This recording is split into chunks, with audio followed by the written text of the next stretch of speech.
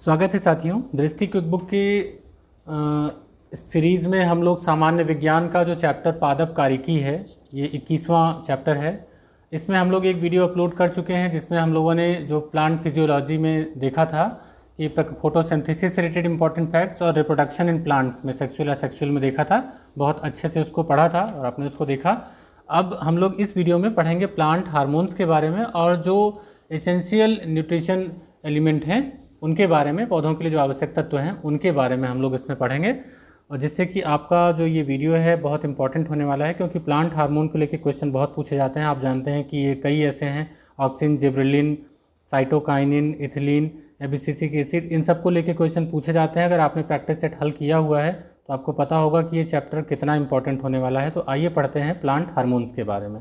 ठीक है, देखिए जो प्लांट हार्मोन होते हैं वो पौधे की जैविक क्रियाओं के बीच में समन्वय स्थापित करने वाले रासायनिक पदार्थ होते हैं, और ये जो मेटाबॉलिज्म होता है पूरा प्लांट का उसको पूरा कंट्रोल करते हैं और उस पर अपना पूरा प्रभाव डालते हैं। तो अब समझिए कि ये जो आपके हार्मोन्स हैं वो कैसे होते हैं। तो एक तो होते हैं ग्रोथ स्टिमुलेटर और एक होते हैं ग्रोथ इनहिबिटर, मतलब एक वृद्धि प्रवर्धक होता है और वृद्धि निरोधक होता है। दो होते हैं। तो पहले इनका वर्गीकरण ही याद कर लीजिए कि कौन से वृद्धि प्रवर्धक हैं, यानी कि ग्रोथ स्टिमुलेटर हैं जो ग्रोथ को बढ़ाते हैं, वृद्धि दर को बढ़ाते हैं, और जो वृद्धि दर को कम करते हैं, वृद्धि निरोधक कौन कौन से हैं वो। तो इनका वर्गीकरण जरूर याद रखिए, क्योंकि एक क्वेश्चन यहीं से बन जाएगा। इसमें आएगा ऑक्सिन, जिब्रेलिन और साइटोकाइनिन। तो ये क्या करेंगे, ग्रोथ स्टिमुलेट करेंगे, स्टिमुलेटर हैं, वृद्धि दर को बढ़ाते हैं। कौन कौन से, ऑक्सिन, जिब्रेलिन, साइटोकाइनिन, याद हो जाएगा, एक जैसे नाम है, ऑक्सिन, जिब्रेलिन, साइटोकाइनिन। अब कौन से ऐसे हैं जो वृद्धि दर को कम करते हैं, ग्रोथ इनहिबिटर हैं। तो उनमें कौन कौन से हैं, एबिसिसिक एसिड है, एथिलीन है, एबिसिसिक अम्ल और एथिलीन, दो हार्मोन ऐसे हैं जो वृद्धि दर को कम करते हैं। सबके अपने अपने महत्व हैं प्लांट में, इनको लेके क्वेश्चन खूब पूछे गए हैं, तो इसलिए इनको जरूर पढ़ते हैं। तो अब सबसे पहले हम लोग बात कर लेते हैं जो आपके ग्रोथ स्टिमुलेटर हैं, यानी कि आपका कौन सा, ऑक्सिन के बारे में बात करेंगे, फिर जिब्रेलिन्स के बारे में बात करेंगे, है ना, एक एक करके बात करेंगे। तो ऑक्सिन के बारे में क्या है, अब इनके बारे में डिटेल जानिए कि इनका कहाँ पर इनका स्ट्रक्चर होता है, क्या ये करते हैं, इनका महत्वपूर्ण कार्य क्या होता है, पौधों में इनकी उत्पत्ति कहाँ होती है। तो सबसे महत्वपूर्ण अगर कोई प्लांट हार्मोन है तो वो है कौन सा, ऑक्सिन। एक तो ऐसे ही क्वेश्चन बनाया जाता है कि कौन सा इसमें से जंतु हार्मोन है, कौन सा इसमें से पादप हार्मोन है। तो अगर ये नाम आपने सुन रखे होंगे तो भी आपके बिल्कुल क्लियर हो जाएंगे। ठीक है, तो ऑक्सिन जो है वो सबसे महत्वपूर्ण प्लांट हार्मोन है और ये पौधे के ऊपरी सिरों पर बनते हैं। क्या करते हैं, तो कोशिकाओं के दीर्घीकरण द्वारा जो ग्रोथ है उसको ये कंट्रोल करते हैं। अब इनका उपयोग क्या है, तो ऑक्सिन की अधिक मात्रा जो होती है वो तने की वृद्धि को प्रेरित करती है, यानी कि तना बढ़ेगा अगर ऑक्सिन की मात्रा ज़्यादा होगी, और अगर ऑक्सिन की मात्रा कम होगी तो जड़ में वृद्धि होगी। तो वृद्धि ये है, कहीं वो कम नहीं कर रहा है, वृद्धि ही कर रहा है। आपने अभी जब पिछला वीडियो पढ़ा था तो हमने देखा था असेक्सुअल रिप्रोडक्शन में कायिक प्रवर्धन, मुकुलन, इन सब के बारे में पढ़ा था। तो कायिक प्रवर्धन जो है, कायिक प्रवर्धन में होता क्या है, अगर जिन्होंने नहीं दिखा है वीडियो में उनके लिए बता दूं कि प्लांट के किसी भी पार्ट से वहाँ से नए प्लांट को तैयार किया जा सकता है, चाहे तना हो, चाहे पत्ती हो, चाहे जड़ हो। हमने कई उदाहरण इसको पिछले वीडियो में दिए हैं, वो देख लीजिएगा तो आपको समझ में आ जाएगा।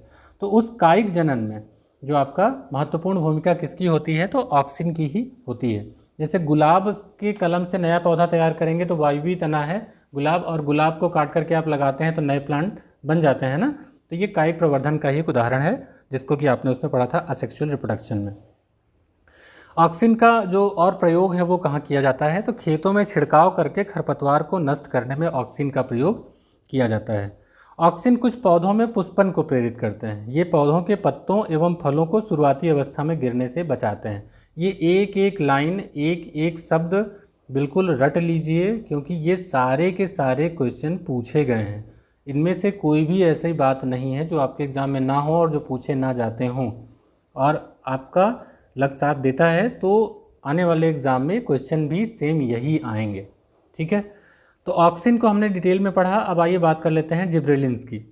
देखिए जिब्रेलिन्स जो है ये भी पौधों के ऊपरी सिरों में बनता है और साथ में भ्रूण में बनता है, और इसके सभी भागों में ये वृद्धि करता है। कौन, जिब्रेलिन्स। अब इसका सबसे प्रमुख काम क्या है, तो ये पौधों की लंबाई में वृद्धि करते हैं, उनकी जरावस्था को रोकते हैं, ताकि जो फल जो हैं वो पेड़ पर अधिक समय तक लगे रह सकें। जब जरावस्था रुकी रहेगी तो फल जो है पेड़ पर अधिक समय तक लगे रहेंगे। जो जिब्रेलिन्स होता है ये चुकंदर, पत्ता गोभी ऐसे जो पादप हैं उनमें पुष्पन से पहले अंतःपर्व का दीर्घीकरण, जिससे वो बड़े हो जाते हैं, तो ये किसकी वजह से होता है? जिब्रेलिन्स की वजह से होता है। और जो बीजों की प्रसुप्ति होती है, यानी कि अंकुरण के पहले की स्थिति जो होती है ना, वो अंकुरित नहीं होते हैं, बाद में उनमें जब अनुकूल स्थितियाँ मिलती हैं, नमी आती है, तभी अंकुरित, तो उनकी प्रसुप्ति टूटती है। तो बीजों की प्रसुप्ति तोड़ने में भी इन्हीं का उपयोग होता है जिब्रेलिन, अंकुरण में भी ये सहायक होते हैं जिब्रेलिन्स। तो अब आपने देखा कि जिब्रेलिन्स, ऑक्सिन दोनों कितने इंपॉर्टेंट है और यहाँ से क्वेश्चन बनते हैं। ठीक है, पुष्पन से पहले की स्थिति क्या होगी? अंतःपर्व का दीर्घीकरण, बोल्टिंग बोलते हैं उसको, है ना, एक वर्ड यहाँ भी आ जा रहा है। अब देख लेते हैं साइटोकाइनिन को। तो साइटोकाइनिन जो है क्या होता है? तो प्राकृतिक साइटोकाइनिन उन क्षेत्रों में संश्लेषित होता है जहाँ तीव्र कोशिका विभाजन संपन्न होता है, जैसे मूल शिखाग्र है, विकासशील प्ररोह कलिकाएँ हैं, तरुण फल हैं। अभी जब प्लांट का एक फ़ोटो दिखाएंगे आगे चल के, तो प्लांट के फोटो में उसमें आपको ये सब चीज़ें देखने को मिलेंगी, कहाँ कहाँ पर अंतःपर्व है, कहाँ पर्व संधि है, कहाँ पर क्या चीज़ें हैं, तो आप उसको थोड़ा सा समझ अच्छे से पाएंगे पार्ट्स के बारे में। तो अब साइटोकाइनिन के इंपॉर्टेंट जो फैक्ट्स हैं उनको देख लेते हैं।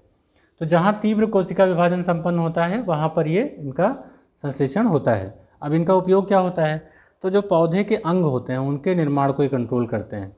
ये प्रसुप्ति काल को कम करता है, जीर्णता को रोकता है, कोशिका विभाजन की दर को बढ़ा देता है। तो ये रहा साइटोकाइनिन का उपयोग।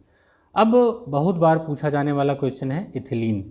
इथिलीन पहली बात तो पाया कैसे जाता है? उसमें गैसीय अवस्था में पाया जाता है। इसका सबसे इम्पॉर्टेंट रोल क्या है? तो कच्चे फल को पकाना है। खूब पूछा जाता है क्वेश्चन, बहुत बार पूछा गया होगा, आपको पता भी होगा कि पूछा जाता है, याद कर लीजिए। फलों के पकते समय इसकी सांद्रता बढ़ जाती है, और चूंकि आपने पढ़ा ही कि हमने अभी तक जो पढ़े कौन कौन से, ऑक्सिन, जिब्रेलिन और साइटोकाइनिन, वो सारे के सारे ग्रोथ स्टिमुलेटर थे। अब जब पढ़ेंगे तो वो कौन सा होगा? तो वो होगा आपकी वृद्धि निरोधक होगा, यानी कि ग्रोथ इनहिबिटर होगा। तो यहाँ इथिलीन जो है कैसा है? वृद्धि अवरोधक हार्मोन है, ये याद रखेंगे, क्योंकि हमने आपको पहले ही वर्गीकरण कहा था करके। एबीसिसिक एसिड जो है वो भी कैसा है? तो ये भी ग्रोथ इनहिबिटर है, एबीसिसिक एसिड। तो जो एबीसिसिक अम्ल है वो पादप वृद्धि और पादप उपापचय निरोधक का काम करता है। ये क्या करता है? कोशिका विभाजन को रोकता है, इसीलिए इसको वृद्धि निरोधक हार्मोन कहते हैं। इसके बाद आता है एक फ्लावरिंग हार्मोन होता है, इसका नाम ही है फ्लोरिजन, फ्लावर से मिलता जुलता है, इसलिए बिल्कुल आप इसको गलत नहीं करेंगे। ये एक ऐसा हार्मोन है जो पादपों में यानी कि प्लांट में पुष्पन को प्रेरित करता है, और इसका निर्माण कहाँ होता है? तो फ्लोरिजन का निर्माण होता है पत्तियों में। ठीक है, तो ये बहुत अच्छी बात आपको यहाँ पर मिली। अब प्लांट फिजियोलॉजी को लेकर के कुछ अलग से इम्पॉर्टेंट फैक्ट्स हैं, उनको देख लेते हैं। जैसे कुछ वर्ड यूज़ किए जाते हैं, दीप्तकालिता, वसंतीकरण और प्रसुप्ति। ये तीन शब्द ऐसे हैं जिनके बारे में थोड़ी सी जानकारी होना चाहिए स्टेटमेंट के लिए, कभी पूछा जाए। दीप्तकालिता क्या है? तो पौधों के पुष्पन की अवधि पर सूर्य के प्रकाश का प्रभाव ही क्या कहलाता है? दीप्तिकालिता कहलाता है। अगर वसंतीकरण की बात करें तो वसंतीकरण क्या है? ये अक्सर कर पूछा जाता है।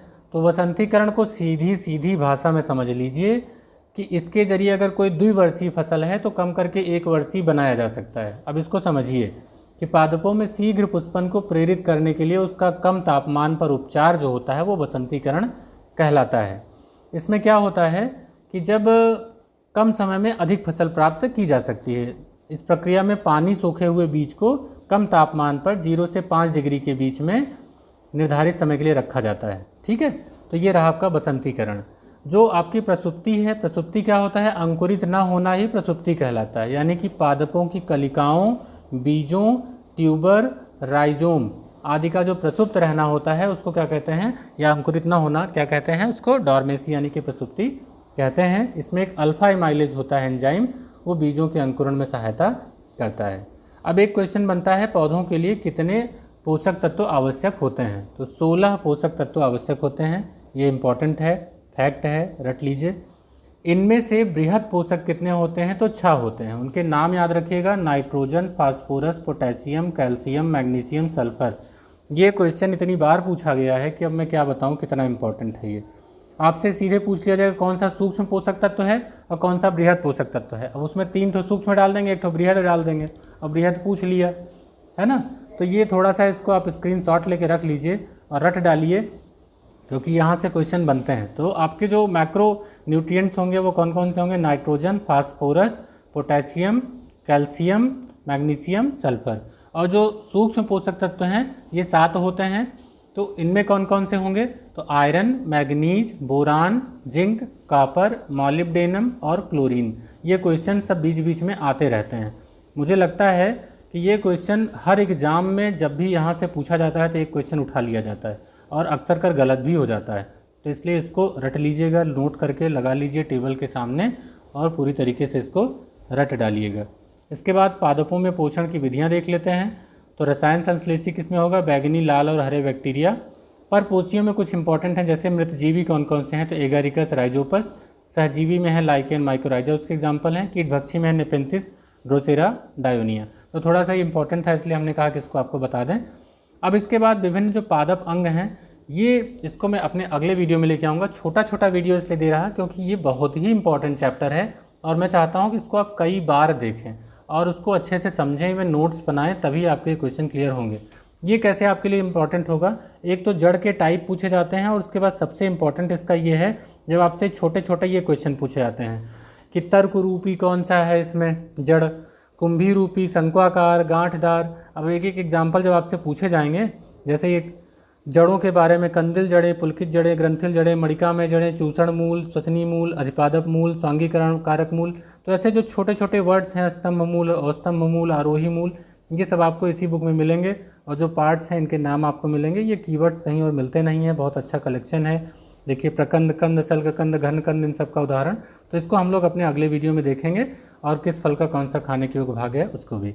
तो ये एक बहुत इंपॉर्टेंट वीडियो होने वाला है अगला वाला, इसको ज़रूर देखिएगा अच्छे से। मिलते हैं अपने अगले वीडियो में, तब तक के लिए गुड बाय।